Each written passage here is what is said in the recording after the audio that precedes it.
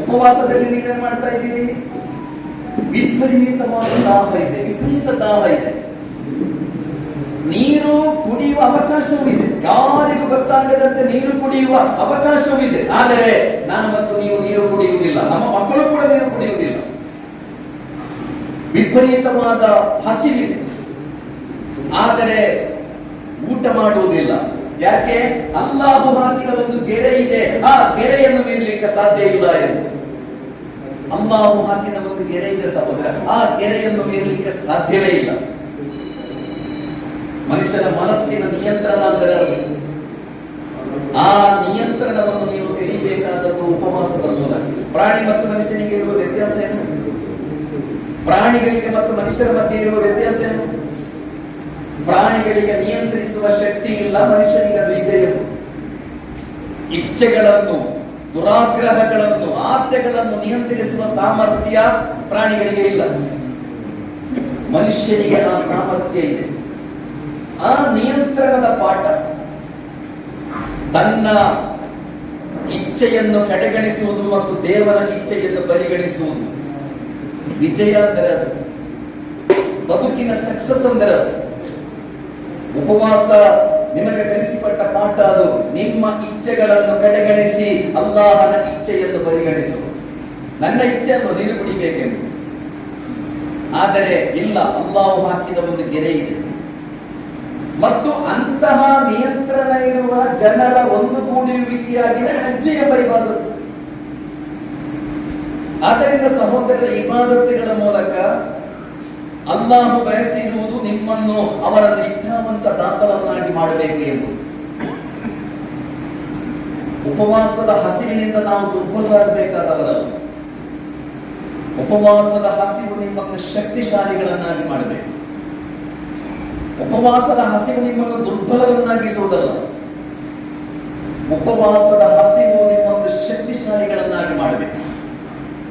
ಎಂತಹ ಸವಾಲುಗಳನ್ನು, ಎಂತಹ ಸಮಸ್ಯೆಗಳ ಮಧ್ಯೆಯೂ, ಎಂತಹ ಸಂಕಷ್ಟಗಳ ಮಧ್ಯೆಯೂ ಆತ್ಮವಿಶ್ವಾಸದೊಂದಿಗೆ, ದೃಢಚಿತ್ತತೆಯೊಂದಿಗೆ ಎದ್ದು ನಿಲ್ಲುವ ಸಾಮರ್ಥ್ಯವನ್ನು ಸಹೋದರ ರಮದಾನ್ ನಿಮಗೆ ಕೊಡಬೇಕು. ರಮದಾನ್ ಉಪವಾಸ ಅದಕ್ಕೆ ನಿಮ್ಮನ್ನು ದುರ್ಬಲರಾಗಿ ನಿದ್ದೆ ಮಾಡಲಿಕ್ಕೆ ಇರುವುದಲ್ಲ. ಬದಲು ನಡೆದದ್ದು ಯಾವಾಗ? ಬದಲು ನಡೆದದ್ದು ರಮದಾನ್ ತಿಂಗಳಲ್ಲಿ. ಕೆಲವರಿಗೆ ಉಪವಾಸ ಅಂದ್ರೆ ಇಡೀ ದಿವಸ ನಿದ್ದೆ ಮಾಡುವುದು. ಅದಕ್ಕೆ ಕೆಲವು ಉಸ್ತಾದಿಗಳು ಪಾಠ ಹೇಳಿಕೊಟ್ಟಿದ್ದಾರೆ, ನಾವು ಮುಸ್ವಾಯಿ ಇಬಾದತ್ತು, ಉಪವಾಸಿಗೆ ನಿದ್ದೆ ಮಾಡಿದ್ದು ಇಬಾದತ್ತು ಅಂತ ಕೆಲವು ಉಸ್ತಾದಿಗಳು ಭಾಷಣ ಮಾಡ್ತಾರೆ. ಏನು ಪರವಾಗಿಲ್ಲ, ಇಡೀ ದಿವಸ ನಿದ್ದೆ ಮಾಡ್ತಾರೆ. ಈ ಉಮ್ಮತ್ತಿಗೆ ಉಪವಾಸ ಅಂದರೆ ನಿಮ್ಮನ್ನು ದುರ್ಬಲರಾಗಿಸುವುದಕ್ಕಲ್ಲ, ನಿಮ್ಮನ್ನು ಶಕ್ತಿಶಾಲಿಗಳನ್ನಾಗಿ ಮಾಡಿ. ಆತ್ಮವಿಶ್ವಾಸ ಇರುವ, ದೃಢಚಿತ್ತತೆ ಇರುವ, ಶಿಸ್ತಿರುವ, ನಿಯಂತ್ರಣ ಇರುವ, ನಿಷ್ಠಾವಂತ ದಾಸರನ್ನಾಗಿ ನಿಮ್ಮನ್ನು ಮಾರ್ಪಡಿಸುವುದಕ್ಕೆ ಅಲ್ಲಾಹನ ದೀನ್ ನಿಮಗೆ ಉಪವಾಸ ಕಲಿಸಿಕೊಟ್ಟಿರುವುದು ಸಹೋದರ. ಆದ್ದರಿಂದ ಉಪವಾಸದಿಂದ ನಾವು ಬಲಶಾಲಿಗಳಾಗಬೇಕು. ನಮ್ಮನ್ನು ನಾವು ನಿಯಂತ್ರಿಸುವ, ನಮ್ಮ ದುರಾಗ್ರಹಗಳಿಗೆ ಕಡಿವಾಣ ಹಾಕುವ, ನಮ್ಮ ಇಚ್ಛೆಗಳನ್ನು ನಿಯಂತ್ರಿಸುವ ಆ ಶಕ್ತಿಯನ್ನು ನಾವು ಪಡೆಯಬೇಕು. ಪುರಾಣವತಿಯಿಂದಗೊಂಡ ತಿಂಗಳಲ್ಲಿ ಹೇಳಿದರು, ಪುರಾಣವತಿಯಿಂದಗೊಂಡ ತಿಂಗಳಲ್ಲಿ ಹಜ್ ಮಾಡಿ ಅಂತ ನಾವು ಆದೇಶಿಸಲಿಲ್ಲ ನೋಡಿ. ಅಲ್ಲಾಹನಿಗೆ ಹೇಳ್ಬೋದಿತ್ತಲ್ಲ, ಪುರಾಣವತಿಯಿಂದಗೊಂಡ ಸಂಭ್ರಮದಲ್ಲಿ ನೀವು ಹಜ್ ಮಾಡಿ ನಾವು ಹೇಳಿ.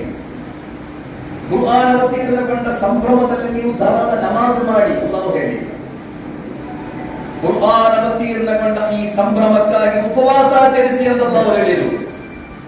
ರಮದಾನ್ ಎಲ್ಲಾ ಶ್ರೇಷ್ಠತೆಗೆ ಕಾರಣ ಕುರ್ಆನ್. ಕುರ್ಆನ್ ಇಲ್ಲದಿದ್ರೆ ಅದು ರಮದಾನಿಗೆ, ಕುರ್ಆನ್ ಇಲ್ಲದಿದ್ರೆ ರಮದಾನಿಗೆ ಯಾವ ಮಹತ್ವವೂ ಇಲ್ಲ. ಕುರ್ಆನ್ ಅವತೀರ್ಣಗೊಂಡ ಈ ತಿಂಗಳಲ್ಲಿ ನೀವು ಉಪವಾಸ ಆಚರಿಸಿ. ಎಂತಹ ಕನೆಕ್ಷನ್ ನೋಡಿ ಅದು.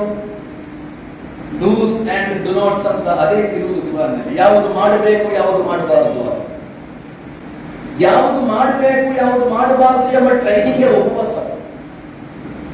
ಯಾವುದು ಮಾಡಬೇಕು, ಯಾವುದು ಮಾಡಬಾರದು ಎಂಬ ಪಾಠವೇ ಕುರ್ಆನ್.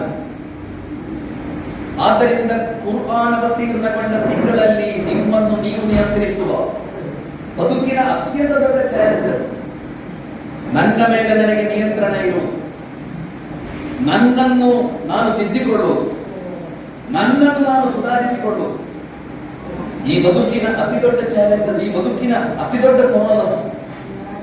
ಅದಕ್ಕಾಗಿಯೇ ನಿಮ್ಮನ್ನು ನೀವಾಗಿ ಮಾಡುವ ಪಾಠಗಳಿರುವ ಕುರ್ಆನನ್ನು ನಿಮ್ಮನ್ನು ನೀವಾಗಿ ಮಾಡುವ ರಮಲಾನ್ ತಿಂಗಳ ಮೂಲಕ ಸಂಭ್ರಮಿಸಬೇಕು ಎಂದೆಲ್ಲ ಆದೇಶಿಸಿದರು. ಸಹೋದರರೇ, ನಮ್ಮ ಕೈಯಲ್ಲಿರುವ ಶಕ್ತಿ ಕುರ್ಆನ್. ಇವತ್ತಿಗೂ ನೀವು ಹಮಾಸ್ ಅನ್ನು ನೋಡಿ, ಗಾಜಾವನ್ನು ನೀವು ನೋಡಿ,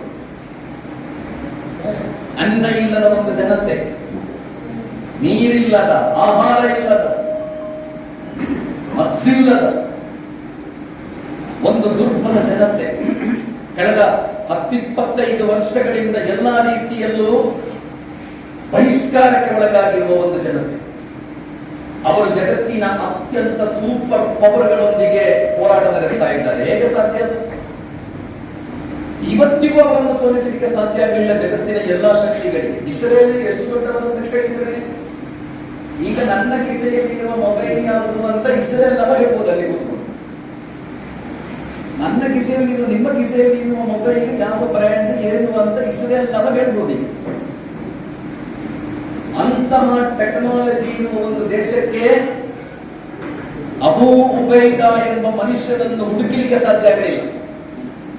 ಎಲ್ಲಾ ದಿವಸ ಬಂದು ಆ ಮುಖಕ್ಕೆ ಹೀಗೆ ಆ ಮನುಷ್ಯ ಯಾರು ಅಂತ ಗೊತ್ತಾದಂತೆ ಅವರ ಮರಣದ ನಂತರ ಯಾವಾಗಲೂ ಒಂದು ಮುಖ ಕವಚ ಕಟ್ಟಿಕೊಂಡು ಎಲ್ಲಾ ದಿವಸ ಒಂದು ಭಾಷಣ ಮಾಡುತ್ತಿದ್ದ, ಕುರ್ಆನ್ ಆಯತ್ತುಗಳನ್ನು ಓದಿ ಹೇಳುತ್ತಿದ್ದ ಅಬೂ ಉಬೈದಾ, ಸೈನಿಕರಿಗೆ ಮಾರ್ಗದರ್ಶನ ಮಾಡುತ್ತಿದ್ದ ವ್ಯಕ್ತಿ.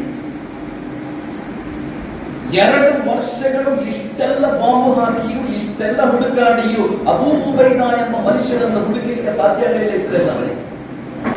ಕೊನೆಗೂ ಅಬೂ ಉಬೈದಾರನ್ನು ಬಲಿ ಕೊಟ್ಟದ್ದು